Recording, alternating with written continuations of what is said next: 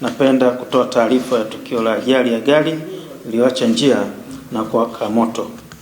Taarifa kamili ni kwamba mnamo tarehe 2 mwezi wa 6 2026 majira ya saa 4 asubuhi huko kijiji cha Huria, kata ya Matemanga, tarafa ya Matemanga, wilaya ya Tunduru, mkoa wa Ruvuma, katika barabara kuu ya Tunduru Songea, gari lenye namba za usajili T833 EFY aina ya Toyota Novus, tenki ya mafuta mali ya kampuni ya Sud Industry Limited, Dar es Salaam, likiendeshwa na dereva aliyetambulika kwa jina la Adam Abraham, miaka 46, mkazi wa Boko Bunju, jijini Dar es Salaam, likiwa limebeba mafuta ya petroli likitokea Mtwara kwenda Zambia, liliacha njia na kupinduka kisha kuwaka moto na kusababisha kifo cha dereva wa gari hilo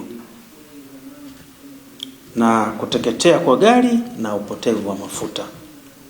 Chanzo cha ajali hiyo ni mwendo kasi wa dereva na kupelekea kushindwa kulimudu gari lake kwenye kona kali. Mwili wa marehemu umehifadhiwa katika hospitali ya wilaya Tunduru kwa ajili ya uchunguzi zaidi wa kidaktari.